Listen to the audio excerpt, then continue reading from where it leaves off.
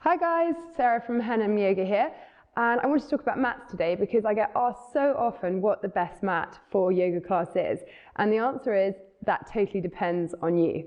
I love talking about yoga mats. There's so many different types on the market. It's a minefield out there, and they range from literally £5 to £105. So what kind of yoga mat should you get? It depends if you want cushioning. So if you need to cushion your knees, any joints, your elbows, you like a thicker mat.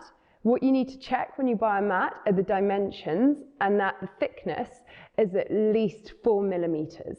So you want a good thick mat rather than a thin mat, because these thin mats are just going to press into nothing. You want one of the thicker mats, which probably means you're going for the slightly more expensive style of mat on the market. The next thing is the grip. So this is very personal, and often beginners complain that they're in their downward dog, that they slip a lot. So what you want to do if you're worried about slipping is invest in one of these mats which has a kind of thicker coating. They're polyurethane, I think, and they have good grip, or a natural rubber tree mat, and they're the ones that are best for the grip. Anything that has these pretty designs like these hot yoga mats that are velvety to the touch, they're micro suede fiber. Hands just kind of slide on them. They're designed for hot yoga, so that's why. Another thing, obviously, is the price point, so that's a factor for you. I would always say spend more than £15 on your yoga mat. If it's less than £15, it's going to be crap. If you buy a cheap yoga mat, you're probably going to get one of these. You can see what's happened here. It's shredded with toenails and fingers every single time you do upward dog, downward dog. There's no cushioning whatsoever to speak of. It's nasty chemical. It's just not a nice mat. You don't want one of these mats unless you're not wanting to spend anything on yoga at all. So let's throw that mat away. You don't want that one. The next level up is, I'll show you in my mat emporium, is this one, which is what we have in the studio here at Henham Yoga. And I used to sell, but I've now sold out of them. And these are natural rubber tree mats. I originally got them wholesale from Yoga Mad, and they come in a couple of colors, aubergine purple and a forest green. The forest green one I have had for literally 15 years, and it's got thin, and it's been in the washing machine a few times. It's amazing. It still has grip. You can still use it. These go in the washing machine, which is miraculous because they're a little easier to wrap up than one of these thicker mats, which doesn't scrunch up so easily. So these go in the washing machine with a tiny amount of detergent, no problem, which is great if you're keen on the hygiene factor. The other good thing about them is their grip. You can see that my hands are just not sliding too much, which is great. Their thickness, they're a decent thickness. I think they're 4.5 millimeters. And because they're natural rubber, they smell quite strong when you first get them, but that smell soon dissipates, and they're just a bit better for the environment. They biodegrade a bit better than these totally plasticky polyurethane mats. So these are a great recommendation. If you Google natural rubber tree mat, I think they've gone up a bit in price. I think they're now about £45, but that's a great kind of mid-level mat. The next most expensive one I'll talk to you about is one of these.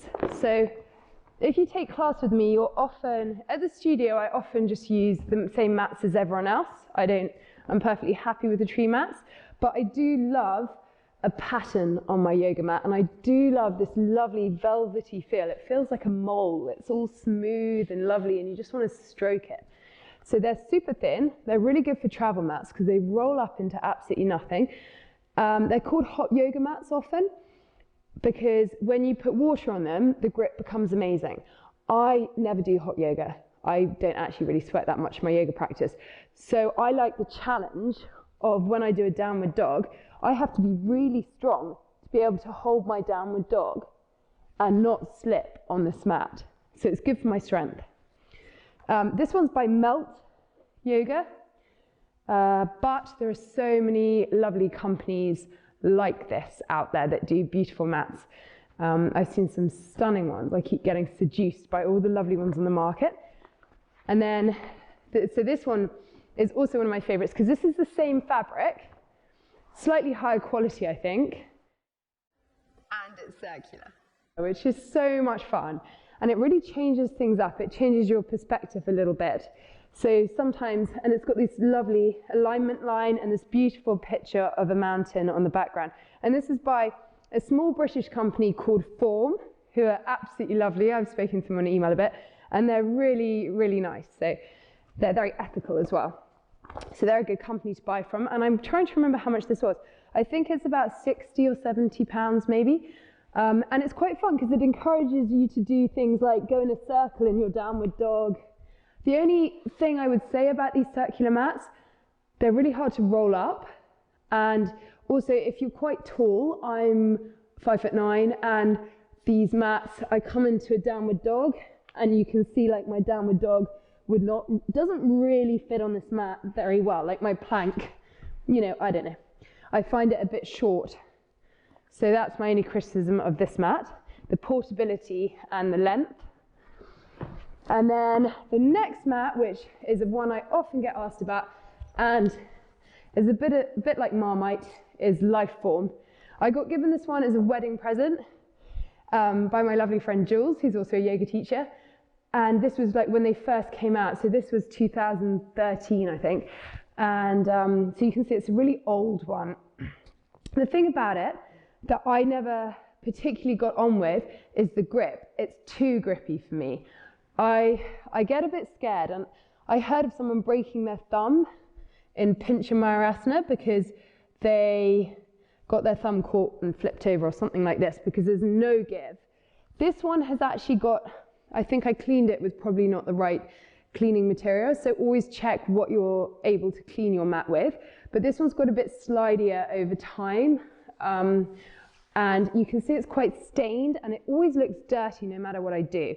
I think that's because I have used it with sun cream on, and if you get any oils, sun cream or body moisturizer, essential oils, if you get any oils onto these mats, I think they tend to stain. Maybe they're different now, and I would always buy a darker color. Don't buy a light color of this mat. The alignment lines, which is what sets this apart, are really helpful if you are that way inclined. If you're in Ashtangi and you're really obsessed with your warrior 2 lining up and your warrior 1 being just so, this is probably a great mat for you. I don't really care so much about that, so I'm more into finding your own way into your alignment. But I do love the thickness of this. And yeah, I think, and these are the higher end, so these are about £100. There is a sale on at the moment. There's often sales on for these, and they do them in other beautiful colors now. There's also an English company called Yogi Bare, and they do them for about £50, I think, and they're basically exactly the same mat with the alignment lines. So I would have a look at Yogi Bare as well. I hope that helps. That's my synopsis on yoga mats. There's no perfect one out there. I'm still waiting for someone to make that. So if someone could do that, that would be wonderful. One that combines everything, the grip, the thickness, the durability, the portability, the pattern. That would be lovely. Thanks for watching, and tune into some of the other videos and follow Henham Yoga on YouTube if you'd like to see some yoga in action.